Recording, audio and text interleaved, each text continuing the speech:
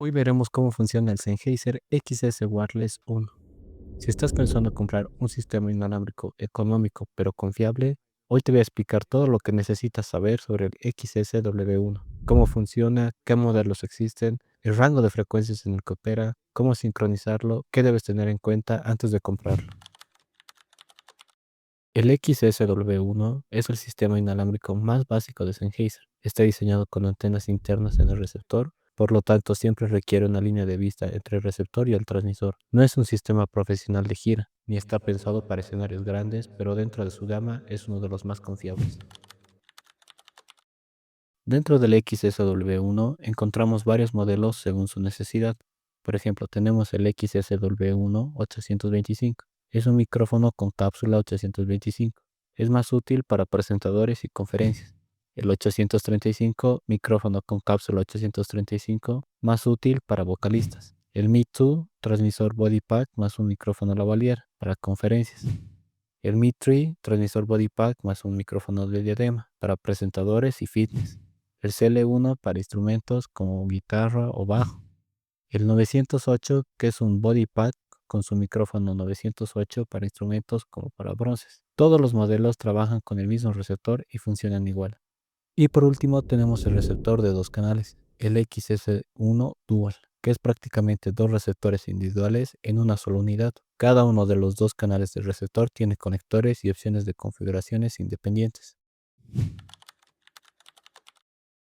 En la parte delantera del receptor tenemos una pantalla de información que nos muestra la sensibilidad del transmisor, RF, que si se muestra este símbolo de la antena quiere decir que está sincronizado el transmisor con el receptor. Ahora, si el símbolo de la antena está intermitente y no están sincronizados, es de que existe interferencia en ese canal de frecuencia.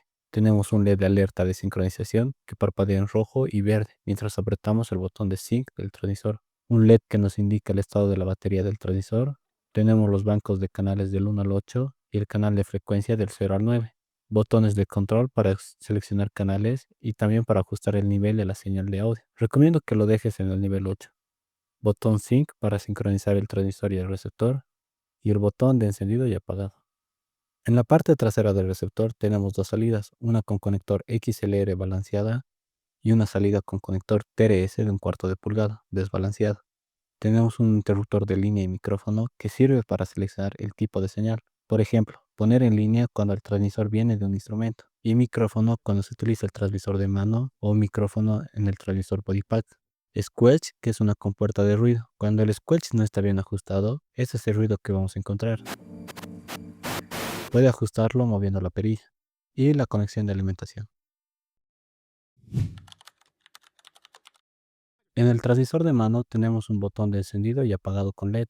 Para encender el transmisor, solamente pulsamos brevemente el botón. Si se encuentra en verde, significa que está sincronizado con el receptor, y si se encuentra rojo intermitente, significa que la batería es baja. Un botón de sincronización que nos permite sincronizar con el receptor. Más adelante les mostraré. Tapa de rosca para acceder al compartimiento de pilas y al interruptor de sensibilidad. Esta nos permite ajustar el nivel de la señal de audio que va hacia el receptor. Entonces, si te marca en amarillo en el receptor, tendrías que ir bajando la sensibilidad en el transmisor para ajustarlo bien. Un interruptor de silencio, mute, panel de visualización y la cápsula del micrófono que tiene dos opciones, 825 o 835. Ahora en el transmisor body pack tenemos un conector de entrada jack de 1/8 de pulgada. Puedes conectar instrumentos o fuentes de audio con un nivel de línea. Para ello necesitas un cable Sennheiser CL1N, un LED, el interruptor de silencio para silenciar o activar la señal de audio, un panel de visualización, un botón de encendido o apagado, botón de sincronización y un interruptor de sensibilidad. Recuerda, para hacer un escaneo correcto, siempre debes apagar todos los transmisores que estés usando para que el receptor encuentre la mayor cantidad de canales disponibles. Si los transmisores permanecen encendidos, estos se detectan como frecuencias no disponibles. Entonces, no se podrán utilizar las frecuencias que sí están disponibles. Tenemos dos opciones. Una forma automática, que esto nos permite encontrar y asignar fácilmente frecuencias libres. Solamente hay que mantener presionado el botón Set Scan durante aproximadamente 3 segundos. El escaneo se inicia automáticamente y nos asigna un banco y un canal libre de interferencias. Por ejemplo, banco 1, canal 1. Y pulsamos el botón Set Scan para aceptar el canal mostrado.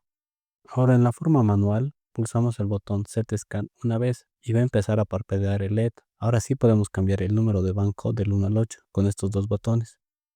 Y pulsamos el botón Z-Scan para aceptar el banco seleccionado.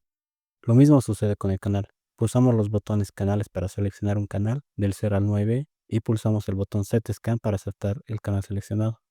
Recomiendo utilizar la función de escaneo automático, el autoscan, ya que es la forma más confiable de identificar frecuencias libres en este sistema.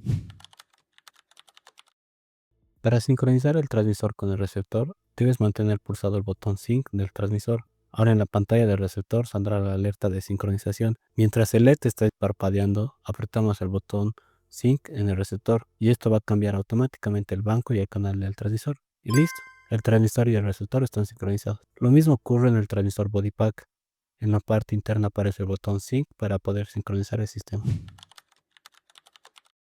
Cuando trabajes con varios XSW1 al mismo tiempo, es importante entender cómo funcionan los bancos de frecuencias. Cada banco contiene un conjunto de frecuencias que Sennheiser ya probó para que no generen intermodulación entre sí. Mi recomendación es que siempre selecciones el mismo banco en todos los receptores, pero elige canales diferentes dentro de ese banco. Si conoces las frecuencias libres de tu zona, también puedes configurar las frecuencias manualmente, pero lo ideal si no dominas el RF es usar los bancos con sus canales preconfigurados.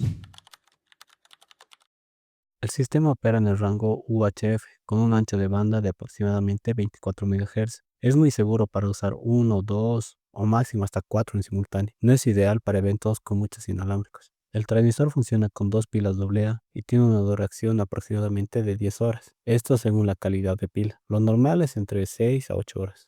Si lo vas a usar para eventos pequeños, sí vale completamente la pena. Es simple, fácil de usar, especialmente para quienes no quieren complicarse tanto con los menús o ajustes de RF. Si necesitas algo para conciertos o escenarios superiores o manejar varios transmisores a la vez, te conviene pasar a series superiores. Y eso es cómo funciona el XSW1 de Sennheiser. Gracias por ver el video y nos vemos en el próximo. Bye.